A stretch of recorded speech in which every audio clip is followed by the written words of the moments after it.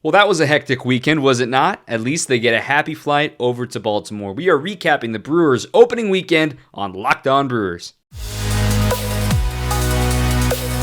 You are Locked On Brewers, your daily Milwaukee Brewers podcast, part of the Locked On Podcast Network, your team every day. Happy Monday, everybody. Thanks for tuning in. I am Dominic Cotroneo. Today's episode is brought to you by BetOnline. BetOnline has more odds, more props, and more lines than ever before. Get started at betonline.net. We are your only daily podcast dedicated to your Milwaukee Brewers. This is Locked On Brewers. I'm normally joined by Vinny Rottino. He is not here today. We got a lot to get to in today's episode. Don't forget to like and subscribe on YouTube. You can also subscribe wherever you get your podcasts to make sure we are your first listen daily, your only daily podcast again for your Milwaukee Brewers. So let's get into this. There's a lot to unpack from this weekend. We had Friday's episode covering opening day, talking about Corbin Burns' struggles. This won't really be about Corbin or that opening day. Of course, Friday got rained out, so didn't miss anything from that game. Saturday, blown out by the Cubs by a final of 9-0. And then yesterday, a huge first win of the season, a win 5-4 with some clutch hitting. Solid enough pitching, especially the bullpen. We're going to get into all the details on all that. And a little bit later, we're going to get into your questions, too. We had Mailbag Mondays, of course, and we will continue things going with that. And to brighten up your day, as we're going to start doing some Today in Brewers History notes. And today in Brewers history, back in 1975, Hank Aaron returned to Milwaukee as a member of the Brewers this time, of course, when the Braves relocated to Atlanta, went over to the National League and did not get a chance to play interleague play. He returns to Milwaukee, returns to the Brewers in 1975 on this day, almost 50 years ago. So that's a little bit of a brighter note as we get into some of the harder stuff to talk about here. Let's get Willson Contreras out of the way, right? Let's just get it out of the way, okay? I know it was frustrating. I know it was really, really hard to defend yourselves as Brewers fans. If you're listening to this, if you're Cubs fans listening to this, okay, let's talk about it. Look, I understand why Wilson's mad. I truly do. He's been hit 15 times now by the Brewers in his career. That's more than any other team, more than double than any other team. Clearly, the book on the Brewers is to pitch him inside, and if you miss too far inside, that's okay. We'd rather hit him than actually make a mistake over the middle of the plate that he can punish.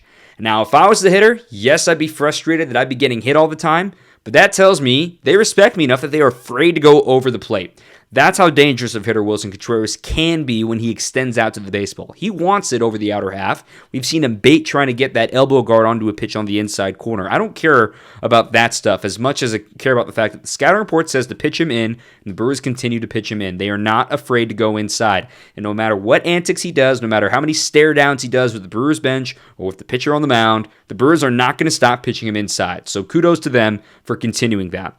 As far as the response to hitting Andrew McCutchen on Saturday, I tweeted this, and I stand by this. That was totally Bush League. Totally Bush League. I think that was totally the wrong way to handle it. And Andrew McCutchen had great comments yesterday morning ahead of the game talking about what he saw in his opinion. He knew he was probably going to get hit. And this comes on the heels of Ian Happ getting hit in the knee. Okay, so they lose their best player, arguably, on a hit by pitch. So they're going to go after your best player to send a message, hey, get control of the baseball, stop hitting our guys. I just thought the way they handled it was completely Bush. Keegan Thompson, he was pitching well. It was a blowout, 9-0 in the 8th inning. Like, there's a time and place for it, and if you're going to do it on the first pitch. Do it on the first pitch. Don't throw a strike and then come inside 3 straight times. And you couldn't even get him on the first 2, okay? And Andrew McCutchen was frustrated about that. Back in 2014, he told a story about how when he was playing for the Pirates, they had hit Paul Goldschmidt in the hand and broke his hand. So he knew he was going to get hit the next time he came up. But the same situation. In fact, it got worse. It got to 2 strikes before they finally decided to hit him, and they hit him up and in, hit him in the ribs, and broke a rib. So it was an eye for an eye. And as Gandhi said, an eye for an eye makes a whole world blind. Look, the fact that you threw a strike 1 and then went inside, that's messed up. Because now the hitter is locked in thinking he's going to get pitches when he thought he was going to be beaned. He eventually got beaned. I'll give Keegan credit for actually hitting him in the rear end and not going after anything above that. That's fine. But what McCutchen was mad about and what the Brewers were mad about is that if you're going to hit him, hit him. Don't be sheepish about it. Hit him. It's an unwritten rule. Unwritten rules are stupid, but just hit the guy. Okay? That's all we're going to talk about with this. That's all we're going to talk about. It's out of the way. Willson Contreras has been hit 52 times since 2018. 52 times. That's not all just the Brewers. 52. That's the third most in baseball. Okay? It's not just the Brewers. Willson does this for a lot of people. Let's drop it. Let's move on. Cool. Let's do it. Next up, let's talk about, on a tougher note as well, what went wrong for the starters. This was a weird weekend. Look, it's opening weekend. You're going to flush it. Hopefully all three of this three-headed monster is going to get at least 30 starts this year. You're allowed to flush a start, but the fact that all three of these guys had clunkers was just so odd. Maybe it was weather-related. Maybe it was just great approaches. I'll get into the approach here in just a second, but listen to these lines. Burns, 5 innings, 4 hits, 3 runs, 3 walks, 4 strikeouts. Woodruff, 3 2/3 innings, 6 hits, 7 runs, all earned, 3 walks, 2 hit batters, and 2 strikeouts. He had 40 pitches in the first inning on Saturday.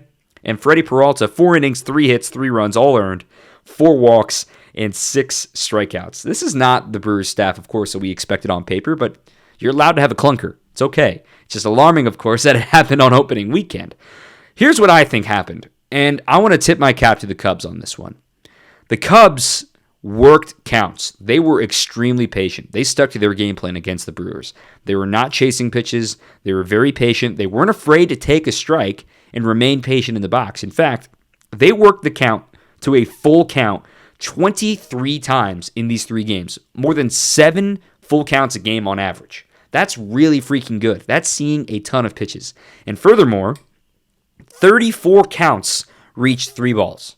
All right? I mean, arguably that's about, an entire game's worth of plate appearances reaching 3 balls. That just can't happen. And you wouldn't expect it with your 3-headed monster doing it. So that's where you tip your cap to the Cubs. Not being afraid when they fall behind, not being afraid when it's 0-1, 0-2, working counts to 1-2, 2-2, fighting off pitches. They made the Brewers work. And at some point, you just got to say, you know what? Good job. Their hitters were ready for it. And that's, I think, what exactly happened. They gassed Peralta, a couple of 20-plus innings. That's why he was only able to go 4 innings. He had 4 walks, a couple of really close ones yesterday. It's one of those things that it sounds so easy to do in theory, but the Cubs just put on a clinic of being patient, taking and attacking the pitch that you want to hit. It was a really, really good outing by them. We'll see if that's an institutional effort by them going forward in the season, because, look, it's 3 games in. There's no need to hit the panic button, but that's something you're going to remember the next time the Brewers see the Cubs, saying, hey, they were really, really patient the last time we saw them. Let's try to attack a little bit more and nibble less around the strike zone. That could be something that's on the scouting report or something in the pregame pitcher meeting coming up for the next time the Brewers and the Cubs meet. All in all, Brewers starters, it was just a weird opening weekend. But, if this is the floor, it can only go up, right? On a roller coaster, it only goes up. All right, what else is still to come in this show?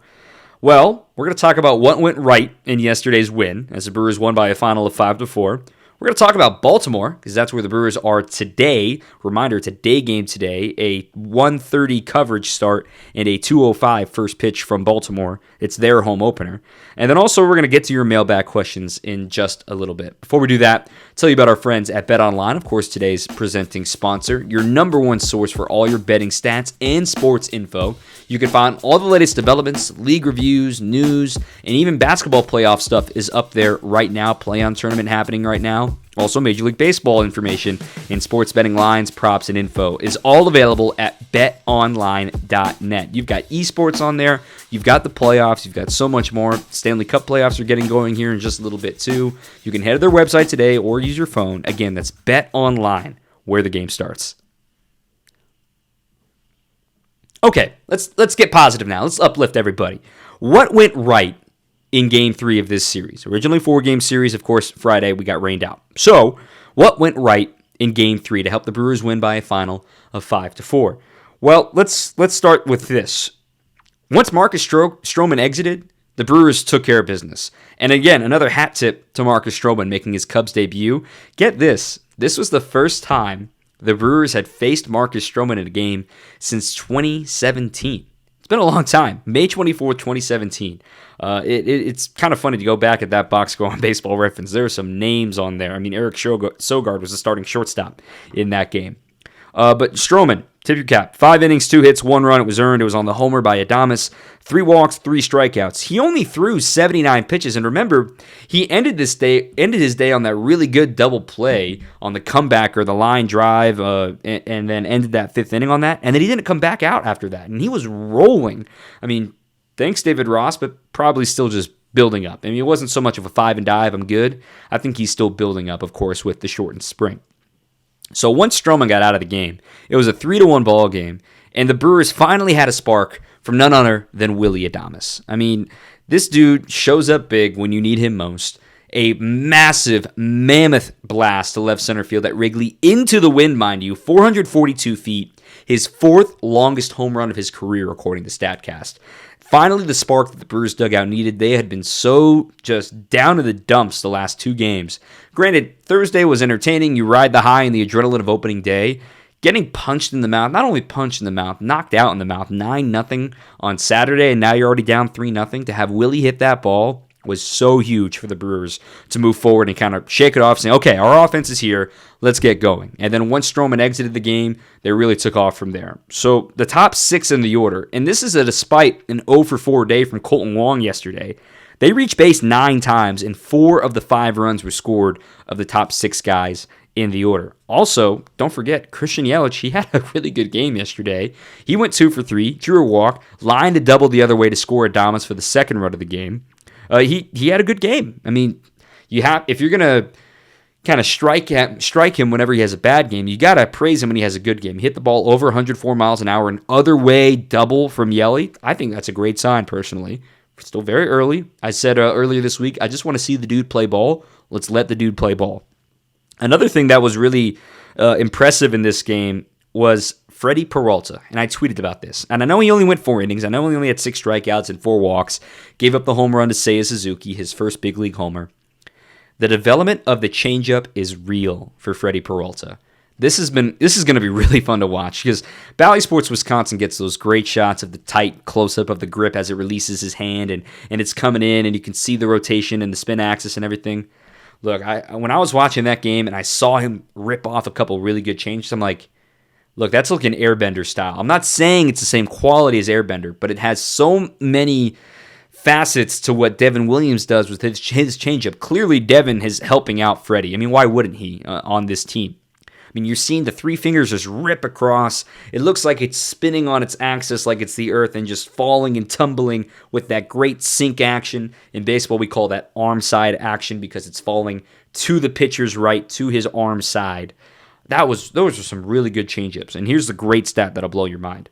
So it was a career high in strikeouts on changeups for Freddie Peralta. 3 of his 6 strikeouts were on the changeups. That was the most strikeouts he's ever had on a changeup in a single game in his career. Furthermore, last year, he only registered 9 strikeouts on the changeup for the entire season. Okay? 9 strikeouts for all of 2021 with changeups. He gets 3 in his first start of 2022. If he continues to develop that changeup to be a legitimate outpitch for lefties to go along with the slider and the curveball, that could really make him a bona fide ace like we expect him to be, right? Like Brewers fans expect him to be, like the media expects him to become. I mean, he was an all-star last year. Put some respect on the dude's name, right? The dude is continuing to get better, which should terrify the rest of the National League. And it's just 1 start. I know he only went 4 innings. It's just 1 start, 4 walks. A couple of those were really close pitches too. But keep an eye out for Freddie Peralta's changeup. Other good things that happened in this game. Craig Counsell reminded folks why he's one of the best managers in baseball. Hit the right button by bringing in Mike Brasso. All right, look.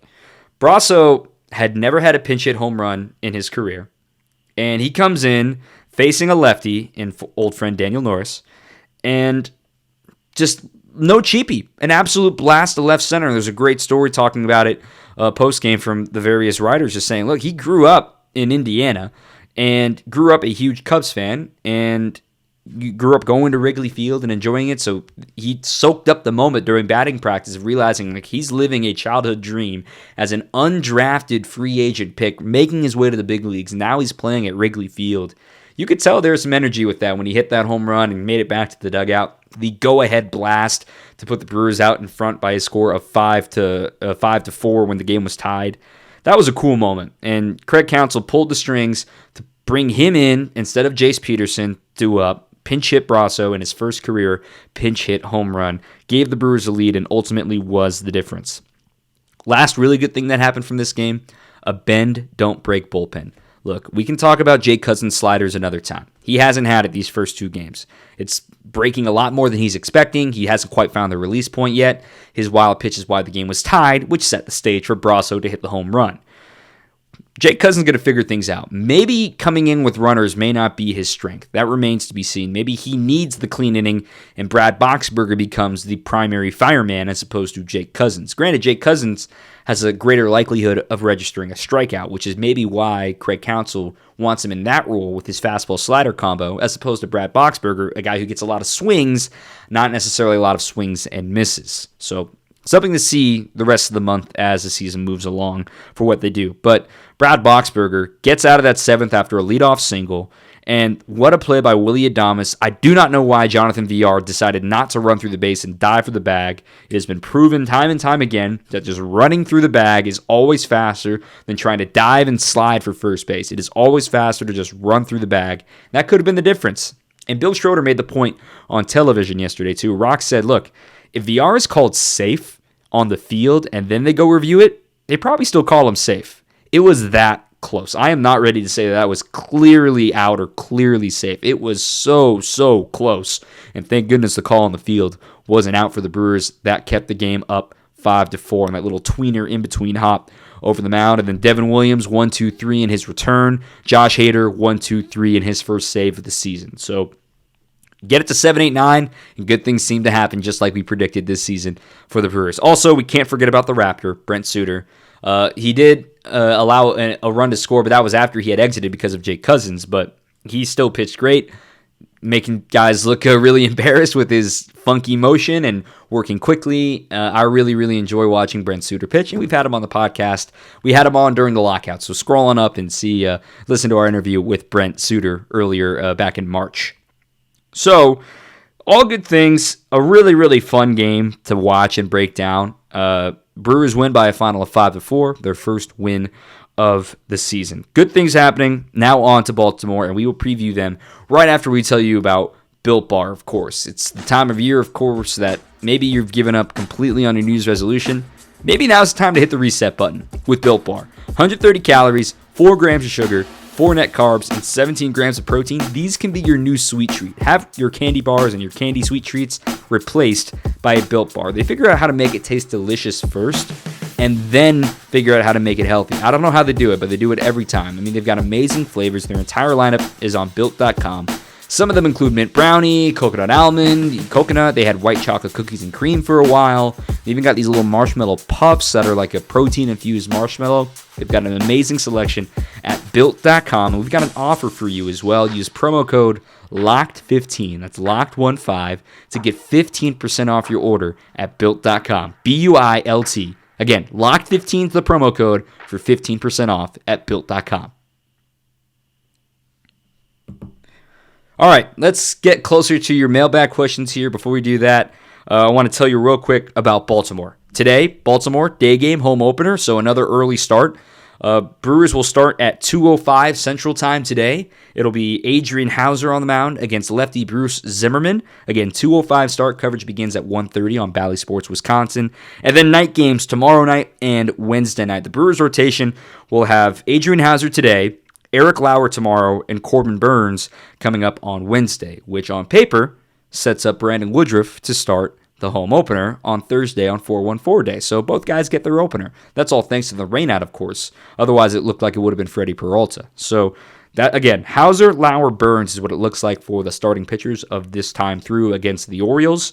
And we only know Bruce Zimmerman is starting today for the O's. Last time the Brewers were in Baltimore was 2003. How crazy is that? I mean, the Brewers, of course, moved to the National League in 1998. They used to be common foes with the Orioles. In fact, of course, beat them in the 1982 pennant to go to the World Series. And now they haven't seen them since 2003, at least been to Camden Yards since 2003, I should say. So Jeff Levering was talking about on TV that it's the last ballpark for him to cross off in his ventures in baseball. So it's a beautiful ballpark, by the way. If you've never seen a game there, if you're listening from the DMV area, y'all know Camden Yards is a gem. Big fan of that ballpark. And if you really want to laugh, go back and look at those lineups in 2003. Those were not great Brewers teams those years. Ned Yost was the manager. Ben Sheets is in there. Saw some Ricky Weeks. Saw some Eric Young Sr. in there. It's kind of crazy to look back at some of these names in these old box scores. So again, last time the Brewers were in Baltimore was 2003. By the way, the Orioles went 0-3 this weekend down at the Trop, taking on the Tampa Bay Rays. They are still in rebuild mode. If they win 65 games this year, they will be happy in what will be a bloodthirsty AL East division. Okay, you clicked on this episode to listen to your mailbag questions. Let's get to your mailbag questions. We got a handful to get to here. First and foremost, one of my favorite topics that came out of this opening weekend was PitchCom. Erica asks, what were our impressions of PitchCom? So if you're not familiar, PitchCom is the new sleeve device that catchers are wearing in lieu of signs. You can just punch a button. The pitcher on the mound has an earpiece or like a small speaker right behind their cap. Also, the shortstop and the center fielder and the second baseman can have it. You can have up to 4 receivers listening to this pitch call. And there's no signs. You just push the button, you hear fastball, low and inside, and you nod and you go. It can definitely help pace of play. And that brings me to my first impression of PitchCom. It has improved pace of play too well. How many times did we see a batter call time when they were in the box? Their hand was not in the air. They were in the box acting like they were ready to go. And the pitcher is just about ready. And they look up and they realize, oh my goodness, he's already got the sign because they're using PitchCom. That needs to change. You cannot grant time if you are in the box. And then it comes into furthermore, if we're going to talk about speeding up the game, the batter's got to be ready. I'm sorry. If we're using PitchCom and the batter is not ready and hand is not up in the box, the umpire should not call time for that. The guy's on the rubber, let's play ball. That's my first impression of PitchCom. Second, it can also be a detriment working too quickly. I think Corbin Burns admitted that after his start on Thursday, that he really enjoyed PitchCom as far as the pace and the way things were going. He wanted the ball to keep going.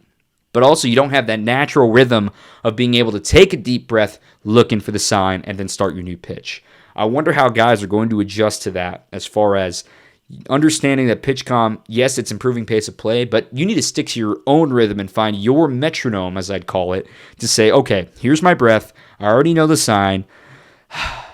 Fastball down and in. Go. That's going to be the next hurdle for the guys to clear. Obviously, it was a short spring training to figure all this stuff out. But for me, I think this is just the tip of the iceberg of how great PitchCom can become. So that was a great question from Erica. I'm really looking forward to see what it can do. And there's always room for improvement, right? That's what the whole point of all this is. So big fan of PitchCom here myself. Next, I got a question from Sam in my DMs asking about Josh Lindbloom. What is next for him? He's pitched well at the end of 2021 in AAA. He had a good start over the weekend for the Nashville Sounds. Not to burst your bubble here, Sam, but if Josh Lindbloom is pitching in the big leagues this year, that means something went terribly wrong. He is minor league depth. He's entering his age 35 season, and it did not go well for him last year. You've got 5 legitimate starters on your rotation right now, and you got Aaron Ashby waiting in the bullpen. He is maybe 7th, and even then, maybe I'd go to Ethan Small before I go to Josh Lindbloom. So he's just depth right now. I don't see Josh Lindbloom being a big impact on this team in 2022 unless somebody has to go down. That's where I think we're at with Josh Lindbloom right now. Next question. Asking, this came from Alex. How do you get the guys who struggled in spring training offensively to get them going? And that's not just offensively, as Kevin added, what about Woodruff as well? And Alex was referring to Omar Narvaez and Lorenzo Cain. It's 3 games in. It's 3 games in. It's 3 games. There's no need to hit the panic button. Guys are allowed to have a bad 3 games. All right? I know it's a short spring. Look, Narvaez got a lot on his plate, catching bullpens, all that stuff. Anything you get offensively out of your catcher is always a bonus. All right? Narvaez threw out 2 runners this weekend. He could have thrown out a third if somebody covered second base yesterday. Look, Narvaez is going to be just fine. As for Locaine, We understand the legs and trying to give him his breaks and things like that, but we know what Locaine can do. His speed makes it still a threat on any ground ball. He can get the ball out of the infield. He'll be a situational hitter. He's probably not going to play every day. I'm not worried. It's 3 games in. This lineup is very, very deep still. All right, and our last question here on this Mailbag Monday comes from Nick, and this was a great question. Who's the man out when Urias returns? That is a hard question to answer right now because, first and foremost, 28-man roster, no limit on pitchers. So in theory, when Urias comes back, if it's before May 2nd, he just replaces a pitcher on the roster and you carry a 5-man bench. But when it does go down to 26, and when it does go down to 13 pitchers, do you keep it as is with an 8-man bullpen and a 5-man bench? I wonder where this will shake out for the Brewers because, I mean, Mike Brasso just proved his worth today. Jace Peterson is left-handed, and on-base Jace can play all over the place. And Urias is going to be the everyday third baseman. So there is a decision looming over Craig Counsell and David Stearns as far as who's the odd man out when Urias returns. Now, if it's pitchers, it could be a guy like, Jose Urena, given the poor outing he had on Saturday. Granted, let's see him do it again. Let's see if he can fix things. It could be another one of the young relievers out in the bullpen as well. Trevor Gott seems like he can stay on this team for a long time. They're going to give him every chance he can. What does this mean for Keston Hiura as well? I mean, he's still got time to figure things out. We're still probably a couple weeks away from Urias returning, but that's a great question, Nick, and I wish I had a better answer for it right now. But if he returns before May 2nd, I say he replaces a pitcher and then kind of kick the can down the road and figure out who he replaces on that bench for the active roster. That's going to be a really hard decision to make, whether it's optioning Keston Hiura, whether it's another DFA for Jace Peterson and hoping he clears waivers. I don't know the answer right now. It depends on what the team looks like in 3 weeks' time when it's May 2nd and you have to cut down this roster to 26 guys. But that decision is looming. The Justin Topa decision is looming as well. And it seems like Victor Caratini is going to be your everyday catcher, or at least your everyday backup catcher, I should say. So they're big fans of his, and maybe Severino just goes down in the minor leagues when he returns from his suspension, given the fact that, well, he can't play in the postseason, so he's just going to be depth now at this point when he returns, and that's not for another 77 games, so we don't really need to worry about that. Great questions as always. If you ever have a question, just go ahead and tweet me. I'm at Dom_Catronio. It's in the show notes, or Vinny at Vinny Rotino as well. And a quick note on that as we wrap up this episode. Obviously, I was solo today in this episode. Vinny's role is going to be a little less moving forward. That is his choice because he's got some great stuff on the way. He's going to be helping out on some post-game call-in shows with WTMJ. Super happy for him on that. And, of course, he's on television still with Bally Sports Wisconsin. In fact, he's got these Baltimore Orioles games this week. So Vinny's not gone anywhere. Don't worry. He's still going to be providing on a handful of episodes, maybe 2-3 times a week. But there'll be days that he just isn't on the show. Let's make sure that it's normal and there's nothing wrong. Vinny's the man. I appreciate him bringing me on, and now I guess I'm kind of steering the ship right now. So we're going to have a lot of fun this baseball season. Fun opening weekend. Yes, the Brewers didn't quite get the results they wanted, but hey, 1-2, it's not a big deal. I mean, a lot of teams lost this weekend. A lot of contenders lost this weekend. It's opening weekend. I mean, the Angels went 1-3 against the Astros. I mean, the Astros were really good. Minnesota went 1-2. Even the Dodgers went 1-2 against the Rockies. Look, there's a lot still to figure out in baseball. I mean, the Braves, they went 2-2 against the Reds. All right? I mean, there's a lot to figure out. 3 games in, 159 to go, guys. It's a marathon, not a sprint. Let's have some fun, all right? Thank you so much for listening today. Again, follow us on Twitter at Locked On Brewers. Subscribe to wherever you get your podcasts, and subscribe to our YouTube page. I know you have a YouTube. You have YouTube on your phone right now. Just go subscribe to us. It's that easy, all right? I know how many people you listen to us. Just go download it. Just go subscribe. Do it, please. All right. Thank you so much, everybody, for listening. We'll be back tomorrow with another great episode recapping the Orioles and the Brewers today, 2:05, first pitch on Bally Sports Wisconsin. For Vinny, I'm Dom. Until next time, keep on swinging. You are Locked On Brewers, your daily Milwaukee Brewers podcast, part of the Locked On Podcast Network, your team every day.